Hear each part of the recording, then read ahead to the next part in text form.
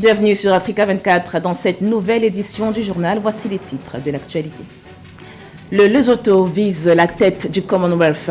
Le pays souhaite diriger le secrétariat général de l'institution grâce à la candidature de Joshua Setipa. La campagne de cet ancien ministre et haut fonctionnaire international lesotho vient d'être lancée et a reçu le soutien de la communauté de développement de l'Afrique australe. C'est un événement inédit. Le tout premier sommet sur la cuisson propre en Afrique vient de se refermer à Paris. 3 chefs d'État africains faisaient partie des leaders mondiaux conviés pour démocratiser l'accès aux méthodes modernes de cuisson. Le rendez-vous a permis de mobiliser plus de 2 milliards de dollars. Et retour en piste de l'Open international de golf du Cameroun. Après 4 ans d'arrêt dû à la pandémie, le tournoi de Yaoundé a consacré Michel Bula-Bula.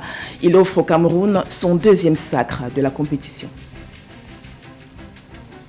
Mais tout d'abord, au Tchad, 2 candidats à la présidentielle contestent les résultats devant le Conseil constitutionnel. L'instance a reçu les requêtes d'Albert Pahimi Padaké et de Succès Masra qui réclament l'annulation partielle ou totale du scrutin. L'ancien Premier ministre Albert Padaké pointe des irrégularités lors de la campagne électorale et récuse les résultats du scrutin dans 5 provinces tchadiennes.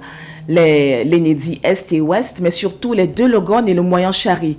Succès Masra, qui revendique toujours la victoire, souhaite l'annulation pure et simple du scrutin. Selon l'opposant, ses avocats auraient relevé un grand nombre d'irrégularités dans un dossier déposé à la Cour constitutionnelle. Le Lesotho va à la conquête du Commonwealth. Cette monarchie d'Afrique australe mise sur le diplomate et ancien ministre du Commerce Joshua Setipa pour décrocher le poste de secrétaire général du Commonwealth. Pour lancer la campagne de candidature du haut fonctionnaire lesotho, la mission permanente du Lesotho auprès des Nations Unies a convié les pays membres du Commonwealth à un déjeuner. Joshua Setipa, qui a dirigé la Banque de technologie des Nations Unies, est soutenu par la communauté de développement de l'Afrique australe. Il espère devenir le 2e Africain à diriger le secrétariat général du Commonwealth. Nathalie Mo pour les détails. Le 13 mai 2024, la mission permanente du Lesotho auprès des Nations Unies a organisé un déjeuner pour les représentants des pays membres du Commonwealth. La monarchie d'Afrique australe a saisi l'occasion pour lancer la campagne pour le poste de secrétaire général du Commonwealth, avec pour candidat le diplomate Joshua Poro Setipa. Cette candidature du Lesotho représente un changement potentiel dans l'équilibre des pouvoirs au sein de l'institution. Pour Joshua Setipa, l'objectif est de mettre les priorités de l'Afrique au premier plan de l'agenda du Commonwealth. Il est désormais temps, non plus de négocier l'aide, mais d'établir des partenariats commerciaux. L'Afrique peut vraiment faire beaucoup pour redresser la situation. Elle a beaucoup à offrir au Commonwealth. Elle a une forte population, elle a des ressources. Il est temps pour l'Afrique de se mettre en avant. La candidature de Joshua Setipa a été entérinée par la communauté de développement d'Afrique australe, la SADC. Les candidats au poste de secrétaire général du Commonwealth doivent posséder des capacités avérées de leadership et de gestion, ainsi qu'une vaste expérience des relations internationales et de la diplomatie. Le profil du postulant lesotho coche toutes les cases. Il occupe actuellement le poste de directeur principal de la division stratégie, portefeuille partenariat numérique au secrétariat du Commonwealth. Il est diplômé en sciences politiques, a étudié à l'université de Bradford à l'étranger et a occupé des postes de haute responsabilité dans l'administration. Je pense que c'est un candidat redoutable qui a une chance. Récemment, il était directeur général de la Banque de technologie des Nations Unies pour les pays les moins développés. Il a également été ministre du Commerce au Lesotho. Les 56 pays membres éliront le futur secrétaire général pour succéder à la dominicaine Patricia Scotland lors du sommet des chefs d'État et de gouvernement du Commonwealth à Samoa du 21 au 27 octobre 2024. Le Nigérian Emeka Anyaoku est jusqu'ici le seul Africain à avoir assuré cette fonction de 1990 à 2000. Et ce recul du taux d'inflation en Afrique de l'Ouest. Selon l'Union économique et monétaire ouest-africaine, l'on est passé de 3,7% en 2023 à 2,9% en avril et mai 2024. Ces perspectives macroéconomiques encourageantes étaient au cœur de la 35e session extraordinaire du comité interparlementaire de l'UEMOA à Bamako au Mali.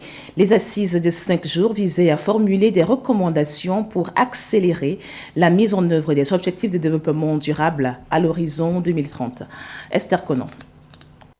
Pour examiner les défis économiques de l'Union économique et monétaire ouest-africaine qui regroupe 8 pays d'Afrique de l'Ouest, s'est tenue à Bamako du 6 au 10 mai 2024 la 35e session extraordinaire du comité interparlementaire de l'UEMOA sur les perspectives macroéconomiques et les déterminants de l'inflation.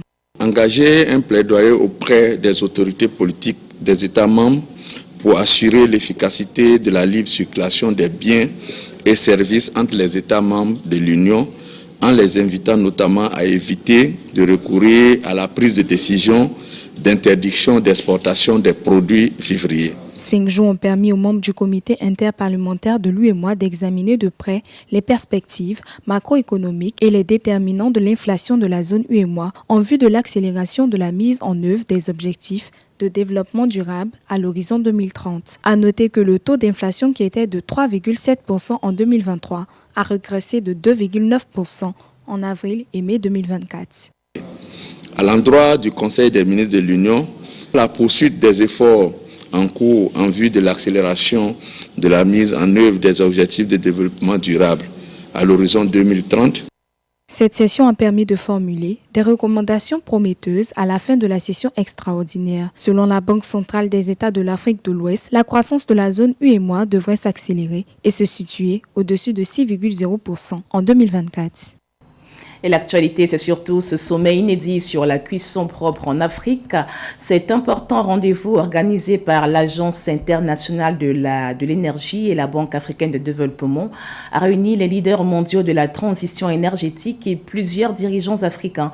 Le but était de mobiliser des fonds pour améliorer l'accès à des méthodes de cuisson moins polluantes sur le continent. On estime qu'1 milliard de personnes en Afrique dépendent encore du bois, du charbon et du pétrole pour cuisiner. Et au-delà de l'enjeu écologique, le sommet adressait aussi les conséquences sanitaires de ces méthodes traditionnelles de cuisson, alors que 600 000 Africains décèdent chaque année de la pollution intérieure de l'air. Cette première édition du sommet sur la cuisson propre en Afrique a permis de collecter plus de 2 milliards de dollars, mais surtout les 32 pays africains présents se sont engagés à inscrire la cuisson propre au rang de priorité nationale. Et parmi les invités spéciaux, les chefs d'État de la Tanzanie, de Sierra Leone et du Togo. Écoutons le président togolais Faure Gnassingbé sur la tribune de ce Clean Cooking Summit. La cuisson au GPL, c'est pour moi la plus efficace, aussi bien en termes de réduction des émissions que de facilité d'utilisation. Il est prévu que cette méthode représente environ 70% de la diffusion de la cuisson propre dans les années à venir. La cuisson électrique est une option intéressante, la meilleure en matière d'émissions de gaz à effet de serre, mais elle requiert une bonne qualité des réseaux électriques, ce qui est un défi majeur pour nos pays. Il y a enfin la cuisson par foyer amélioré qui utilise toujours de la biomasse, mais sont conçus pour être plus efficaces et moins polluants que les méthodes traditionnelles. Cela reste pour moi une demi-mesure. C'est donc principalement par la cuisson au GPL que nous pouvons espérer atteindre nos objectifs. Ceux-ci ont été définis au moment de la COP28. La BAD a joué un rôle moteur et je salue mon frère Adesina, qui a promis d'orienter environ 20% de ses investissements dans l'énergie vers ce secteur. Et pourtant, chers amis, les progrès sont jusqu'à présent trop longs en Afrique comme ailleurs. On estime que l'Afrique terminera malheureusement la décennie avec le même nombre de personnes utilisant des méthodes de cuisson traditionnelles, soit plus d'1 milliard. C'est une réponse digitale aux besoins spécifiques des personnes atteintes de VIH. Le Malawi et le Royaume du Lesotho viennent de lancer une application mobile destinée aux agents de santé pour vulgariser les directives sanitaires sur le VIH-Sida. Le Standard Treatment Guidelines Application permet aux médecins d'accéder à des outils pour mieux sauver la vie des personnes atteintes de la maladie dans ces deux pays d'Afrique australe. Près d'1 million de personnes vivent avec le VIH au Malawi et le Lesotho détient l'un des taux de prévalence les plus élevés au monde, avec un adulte sur 5 vivant avec le VIH. Catherine Gombe nous en dit plus. Au moment où l'Afrique se rapproche de la réalisation de la stratégie accélérée 95-95-95 de l'ONU-SIDA, le suivi de l'épidémiologie des infections récentes par le VIH permettra au Lesotho et au Malawi d'adapter la réponse de santé publique aux populations et aux lieux où des niveaux élevés de transmission peuvent se produire. En effet, le Royaume du Lesotho et la République du Malawi ont lancé le 11 mai 2024 Standard Treatment Guidelines Application, le STG App, une application mobile novatrice destinée à améliorer les directives sanitaires en matière de VIH-Sida pour leurs professionnels de santé. Cette application permettra aux praticiens médicaux d'accéder facilement à des documents et à des ressources essentielles, ce qui leur permet de sauver des vies plus efficacement. En se déplaçant d'un point à l'autre dans les établissements ou les communautés où ils fournissent des services, les travailleurs de la santé se retrouvent à transporter ces documents, ce qui entraîne la perte occasionnelle et malheureuse de ces précieuses lignes directrices. Selon des données d'ONU-SIDA, en 2023, environ 1 million de personnes vivaient avec le VIH au Malawi, avec une prévalence de VIH de 7,1% chez les adultes.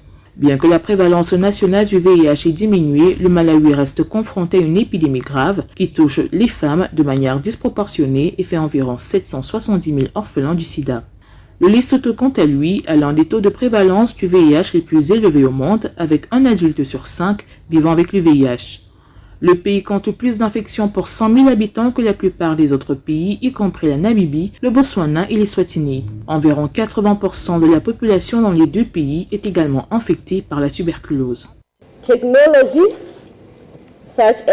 Des technologies telles que l'apprentissage automatique et l'intelligence artificielle ont été déployées dans nos systèmes et devraient aider les agents de santé publique à recueillir et à analyser des informations de santé publique qui guideront efficacement et à terme les décisions relatives à la riposte au VIH.